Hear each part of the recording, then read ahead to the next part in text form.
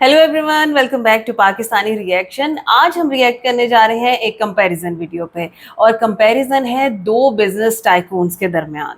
अच्छा, हम बात कर रहे हैं सर रतन टाटा और उनका कंपैरिजन हम करेंगे रिलायंस के चेयरमैन मुकेश अंबानी के साथ। और ये दोनों ही शख्सियात जो हैं ये किसी भी तारुफ की मोहताज नहीं है। मतलब इनके बारे में हम बहुत कुछ जानते हैं, कुछ ऐसी चीज़ें होंगी जो कि हम नहीं जानते, वो हमें मालूम होंगी इस वीडियो के अंदर। सो आई गेस कि ये वीडियो बड़ी फैक्टफुल और बड़ी मज़ेदार होने वाली है। वीडियो में एंड तक हमारे साथ रहिएगा और डिस्कशन का सिलसिला आपके साथ चलता रहेगा। चैनल पे नए हैं तो चैनल को सब्सक्राइब करना बिल्कुल मत भूलिएगा। मैं हूं मोना, मैं हूं बिलाल और आप देख रहे हैं रिएक्शन रिदम।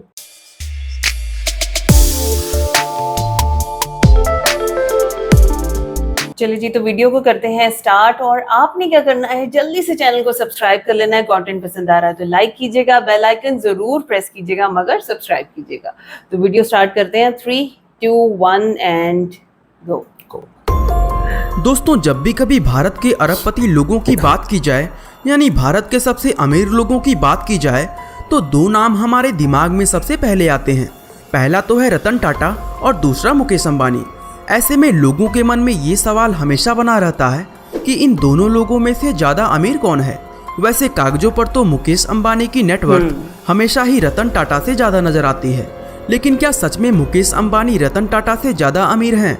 अगर आप भी इस सवाल का जवाब जानना चाहते हैं तो इस वीडियो को लास्ट तक जरूर देखिएगा, क्योंकि आज की हमारी इस वीडियो में हम आपको रतन टाटा और मुकेश अंबानी के पूरे इतिहास और उनकी नेटवर्थ की सटीक तुलना करके दिखाएंगे, जिससे ये बात पूरी तरह साफ हो जाएगी कि असल में इन दोनों में से ज़्यादा अमीर कौन है। तो चलिए दोस्तों, अब इस रोमांचक वीडियो को शुरू करते हैं। दोस्तों, रतन टाटा और मुकेश अंबानी की नेटवर्थ का कंपैरिजन करते समय इन दोनों ही लोगों का इतिहास जानना बेहद जरूरी है, और इसीलिए पहले हम रतन टाटा के इतिहास के बारे में जानेंगे।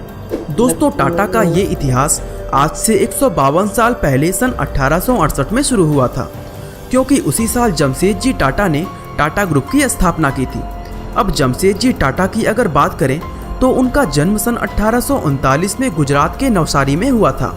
14 साल गुजरात में बिताने के बाद वह आगे की पढ़ाई के लिए मुंबई शिफ्ट हो गए थे। इसी शहर में उन्होंने अपनी ग्रेजुएशन पूरी की और अपने पिता के साथ काम करने लगे। दोस्तों, जमशेदजी को एक खुद का बिजनेस शुरू करना चाहते थे। हालांकि उस समय अंग्रेजों के राज की वजह से खुद का बिजनेस शुरू करना बहुत मुश्किल होता था, लेकिन जमशेदजी के इरादे काफी मजबूत थे।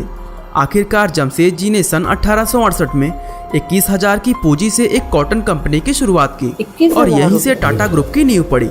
जमशेदजी की उम्र उस समय सिर्फ 29 साल थी और उन्होंने अपने व्यापार की शुरुआत नागपुर शहर में एक कॉटन मिल बनाकर की थी। वो शुरुआत से ही क्वालिटी प्रोडक्ट बनाने में विश्वास रखते थे और कॉटन के बिजनेस को समझने के लिए वे कई बार इंग्लैंड भी गए थे। जमशेदजी ने अपनी कॉटन मिल को बहुत अच्छी तरह चलाया और साथ ही अपने आगे की प्लानिंग भी शुरू कर दी। असल में जमशेदजी का सपना एक स्टील कंपनी खोलना, हाइड्रो इलेक्ट्रिक पावर बनाना और भारत में एजुकेशनल इंस्टीट्यूट खोलना था, क्योंकि जमशेदजी भारत को एक सशक्त देश बनाना चाहते थे और वो तभी संभव हो सकता था जब भारत में शिक्षा का स्तर सुधरेगा। जमशेदजी ने इन तीनों ही लक्ष्य को हासिल करने में अपना काम शुरू कर दिया था। लेकिन दोस्तों, अफसोस की बात ये थी कि अपने पूरे जीवन में वो इन तीनों में से एक भी लक्ष्य को पूरा नहीं कर पाए थे। एक बार जमशेदजी को इंडियन होने की वजह से एक 5 स्टार होटल में जाने से रोक दिया गया था, और तभी उन्होंने सोच लिया था कि वे एक ऐसा 5 स्टार होटल बनाएंगे जिसके अंदर सभी भारतीय लोगों को जाने की आज़ादी होगी। और तभी उन्होंने मुंबई का मशहूर ताज होटल को बनवाया था। असल में जमशेदजी खुद से ज़्यादा भारत और भारत के लोगों के बारे में सोचते थे, और यही सीख उन्होंने अपने बेटे दोराबजी को भी दी थी। साल 1904 में जमशेदजी के निधन के बाद जब कारोबार की जिम्मेदारी दोराबजी पर आई, तो उन्होंने न सिर्फ अपने पिता के आदेशों पर चलते हुए सभी प्रोजेक्ट्स को पूरा किया, बल्कि उन्हें एक नई ऊंचाइयों पर पहुंचा दिया। दोराबजी ने अपने पिता का सपना पूरा करते हुए साक्षी नाम के एक गांव में अपना स्टील प्लांट लगाया। साल 1938 में दोराबजी के बाद टाटा सन्स की बागडोर जेआरडी टाटा के हाथों में आ गई। जेआरडी टाटा एक जबरदस्त बिजनेसमैन थे और वे बहुत तेजी से नई कंपनियां और नए बिजनेस शुरू करते थे। जिस समय जेआरडी टाटा कंपनी के चेयरमैन बने, उस समय टाटा ग्रुप में कुल 14 कंपनियां हुआ करती थी। दोस्तों, जेआरडी टाटा ने ही भारत की पहली एयरलाइंस टाटा एयरलाइंस की शुरुआत की थी, जिसको आज हम एयर इंडिया के नाम से जानते हैं। इसके अलावा टाटा की कुछ मशहूर कंपनियां जैसे Tata chemical, Tata T, Tata Motors और टीसीएस की शुरुआत भी जेआरडी टाटा ने ही की थी। सन 1991 में जब जेआरडी टाटा ने कंपनी का चेयरमैन पद छोड़ा था तो कंपनियों की संख्या 14 से 95 पहुंच गई थी। जमशेदजी और दोराब जी की तरह ही जेआरडी टाटा भी खुद से पहले भारत और भारतीय नागरिकों के बारे में सोचते थे और इसीलिए वह टाटा के सोशल वर्क को एक कदम और आगे ले गए थे। दोस्तों, जेआरडी टाटा के बाद टाटा ग्रुप के चेयरमैन बने रतन टाटा और रतन टाटा के चेयरमैन बनने के बाद टाटा के सभी बिजनेस और कंपनियां और भी नई नई ऊंचाइयों पर पहुंच गई। अब टाटा सिर्फ भारत ही नहीं बल्कि पूरी दुनिया में राज करती है। दोस्तों, ये तो हुई बात टाटा ग्रुप की। अब हम बात करते हैं मुकेश अंबानी के इतिहास के बारे में।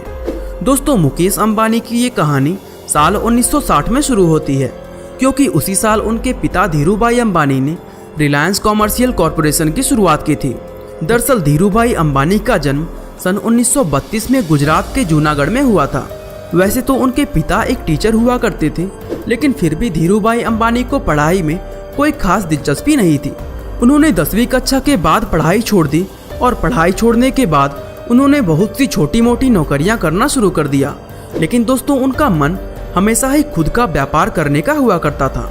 अपने इसी सपने को पूरा करने के लिए उन्होंने साल 1960 में मुंबई के अंदर अपनी पहली कंपनी रिलायंस कॉमर्शियल कॉरपोरेशन की शुरुआत की। ये कंपनी भारतीय मसालों और पॉलिस्टर यार्न का व्यापार करती थी। इसके बाद साल 1966 में धीरूभाई ने कपड़े का व्यापार शुरू किया और अपनी दूसरी company Reliance textile engineers private limited की नींव डाली। दोस्तों, साल 1973 में इस कंपनी का नाम बदलकर रिलायंस इंडस्ट्रीज लिमिटेड रख दिया गया। धीरूभाई अंबानी भले ही ज़्यादा पढ़े लिखे नहीं थे, लेकिन उनके अंदर बिजनेस करने की ज़बरदस्त काबिलियत थी। वह लोगों का भरोसा जीतने और उनसे अपनी बात मनवाने में माहिर थे। यही वजह थी कि उस जमाने में भी रिलायंस के पास ज़रूरत से ज़्यादा इन्वेस्टर्स मौजूद थे, जबकि दूसरी कंपनियां दिन रात मेहनत करके भी इन्वेस्टर्स का भरोसा नहीं जीत पाती थी। इसके बाद दोस्तों, धीरूभाई अंबानी ने कई अलग अलग बिजनेस शुरू किए और जिस भी बिजनेस में उन्होंने हाथ डाला उसमें वो टॉप बिजनेसमैन बन गए। साल 2002 में धीरूभाई अंबानी का देहांत होने के बाद उनका पूरा बिजनेस उनके दोनों बेटों अनिल अंबानी और मुकेश अंबानी के बीच बांट दिया गया। लेकिन बाद में अनिल अंबानी को बिजनेस में लॉस होने लगा, जिससे उनकी कई कंपनियां बैंकरप्ट हो गईं। अभी कुछ समय पहले ही उनका ये बयान भी आया था कि कारोबार में घाटा होने की वजह से इस समय उनकी नेटवर्थ 0 हो गई है। इसके विपरीत मुकेश अंबानी ने अपने पिता से विरासत में मिले बिजनेस को बहुत अच्छे ढंग से चलाया और वो अपने हिस्से में आई सभी कंपनियों को इतनी ऊंचाई पर ले गए कि आज उनकी गिनती सिर्फ भारत ही नहीं बल्कि दुनिया भर के अमीर लोगों में की जाती है। दोस्तों, ये तो हुआ दोनों कंपनियों का इतिहास। अब हम रतन टाटा और मुकेश अंबानी दोनों की तुलना करके ये पता लगाने का प्रयास करते हैं कि दोनों में ज़्यादा अमीर कौन है। दोस्तों, मुकेश अंबानी की अगर बात की जाए तो उनकी प्रमुख कंपनी रिलायंस इंडस्ट्रीज लिमिटेड है, जबकि रिलायंस रिटेल, रिलायंस पेट्रोलियम और रिलायंस जियो आदि सभी कंपनियां रिलायंस इंडस्ट्रीज लिमिटेड की ही सब्सिडरी है। अब अगर बात करें टाटा ग्रुप की तो रिलायंस कंपनी की तुलना में इसकी सहायक कंपनियों की संख्या बहुत ज़्यादा है, क्योंकि टाटा ने लगभग हर एक इंडस्ट्री में ही अपनी दस्तक दी हुई है। ऐसे में अगर हम दोनों कंपनियों के मार्केट कैप यानी मार्केट वैल्यू की बात करें तो मैक्सिमम टाइम टाटा का मार्केट कैप रिलायंस से ज़्यादा रहता है। अब ऐसे में ये सवाल उठता है कि अगर टाटा का मार्केट कैप रिलायंस से ज़्यादा है तो फिर रतन टाटा का नेटवर्थ मुकेश अंबानी से इतना कम क्यों है। असल में इसका कारण ये है कि मुकेश अंबानी रिलायंस इंडस्ट्रीज के लगभग 48% शेयर के मालिक हैं। इसीलिए सितंबर में उनकी नेटवर्थ $88 बिलियन तक पहुंच गई थी। और अगर बात की जाए रतन टाटा की तो टाटा कंपनी में उनके शेयर 1% से भी कम है, जिसके कारण उनकी नेटवर्थ मुकेश अंबानी के सामने काफ़ी कम नज़र आती है। अब ऐसे में ये सवाल भी उठता है कि अगर रतन टाटा सिर्फ 1% शेयर के मालिक हैं तो फिर टाटा की बाकी शेयर होल्डिंग किसके पास है। तो दोस्तों, हम आपको बता दें कि टाटा की लगभग 66% शेयर होल्डिंग उनके द्वारा बनाए गए चैरिटेबल संस्थाओं के पास है, जिसमें sir Ratan Tata trust, sir Dorabji Tata trust और टाटा एजुकेशन ट्रस्ट जैसी बहुत सी संस्थाओं के नाम शामिल हैं। दोस्तों, ये सभी संस्थाएं अलग अलग क्षेत्रों में भारतीय लोगों की मदद करने का काम करती है। अब अगर ये 66% शेयर इन संस्थाओं की जगह रतन टाटा के नाम होते तो यकीनन आज वो सिर्फ भारत ही नहीं बल्कि पूरे एशिया के सबसे अमीर व्यक्ति कहलाते। दोस्तों इन सभी चीज़ों से हमें पता चलता है कि मुकेश अंबानी भले ही हाँ, पेपर पर सही अमीर हैं, लेकिन असली अमीर तो रतन टाटा ही हैं। बाकी इन दोनों लोगों के बारे में आपका क्या राय है, हमें कमेंट करके ज़रूर बताइएगा। बाकी आज के लिए बस इतना ही। उम्मीद है आपको हमारी आज की यह वीडियो काफ़ी पसंद आई होगी। और दोस्तों ऐसी ही इंटरेस्टिंग वीडियोस को लगातार देखने के लिए हमारे चैनल को शेयर और सब्सक्राइब करना बिल्कुल ना भूलें। आपका बहुमूल्य समय देने के लिए बहुत बहुत धन्यवाद।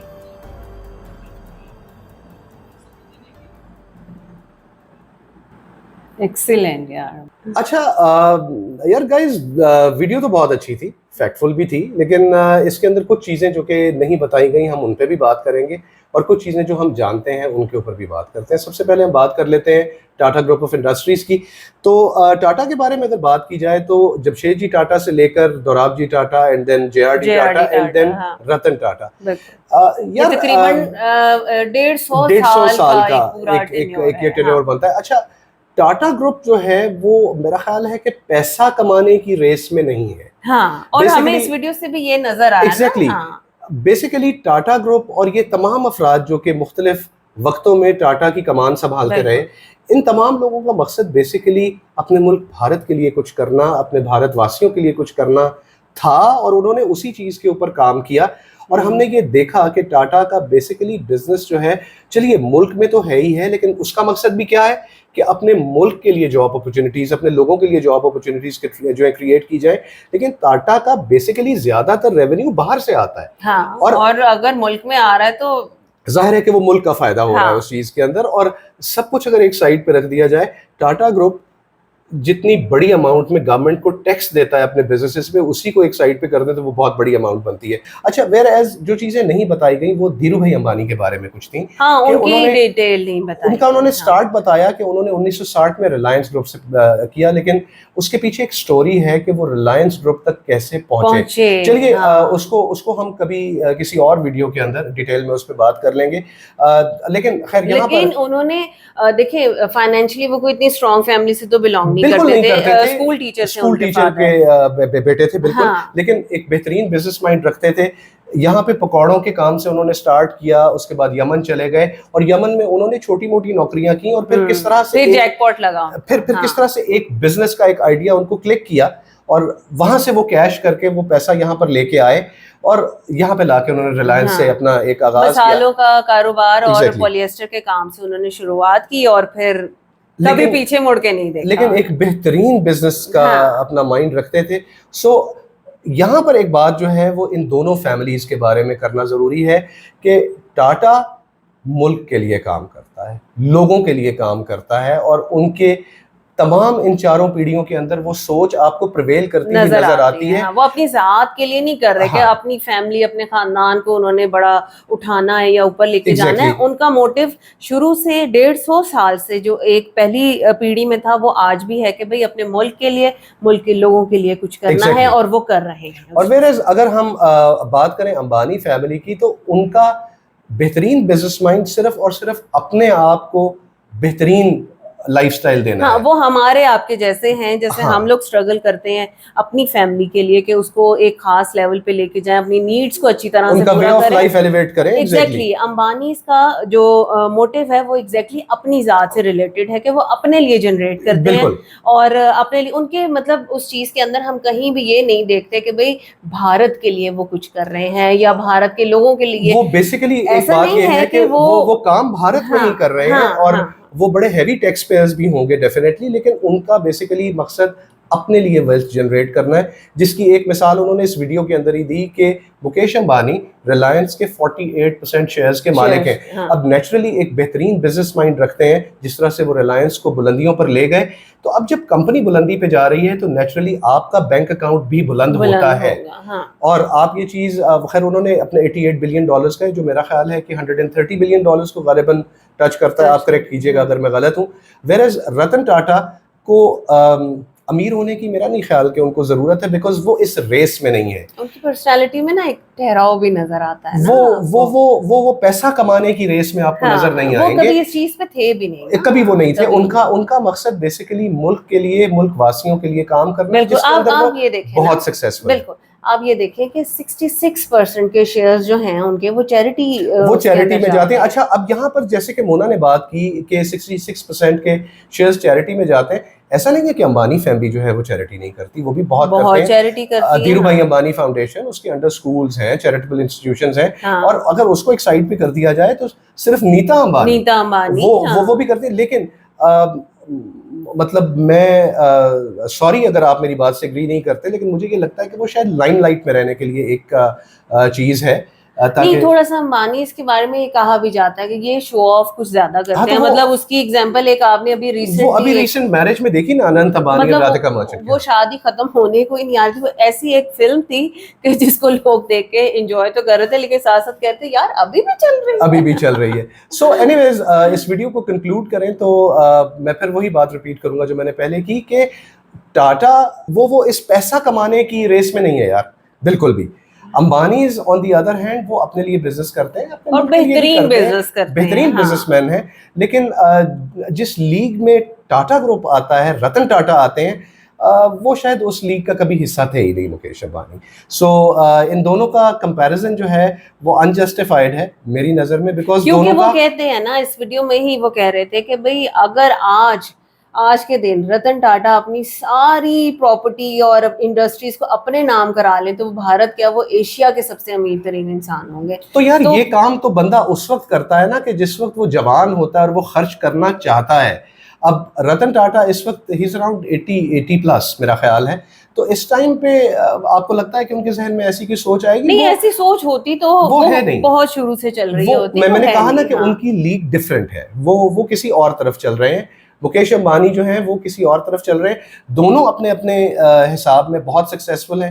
रतन टाटा अपनी लीग में, मुकेश अंबानी अपनी लीग में। लेकिन पेपर्स के हिसाब से अंबानी जो हैं वो आगे हैं, लेकिन अगर नॉर्मली जैसे ओपिनियन मांगा गया और पूछा गया तो हमारे ख्याल से रतन टाटा जो हैं, सर रतन टाटा, उनका लेवल कुछ और है और वो मुकेश अंबानी से बहुत आगे। हाँ, अगर हम इस मामले में अगर हम बात करें ना, कंपैरिजन करें, जो कि हम इंशाल्लाह कोशिश करेंगे कि हम लेके आए, वो कंपैरिजन होगा मुकेश अंबानी वर्सेस गौतम अडानी का। हाँ बिल्कुल, क्योंकि गौतम अडानी ऑलरेडी मुकेश अंबानी को बिजनेस के अंदर बड़ी बेहतरीन टक्कर दे रहे हैं और वो एक बार उनको क्रॉस कर चुके हैं। मेरा ख्याल है बड़ा मजे का कंपैरिजन होगा। आप देखना चाहते हो तो कमेंट्स में जरूर बताइएगा, हम इसके ऊपर भी रिएक्शन करेंगे।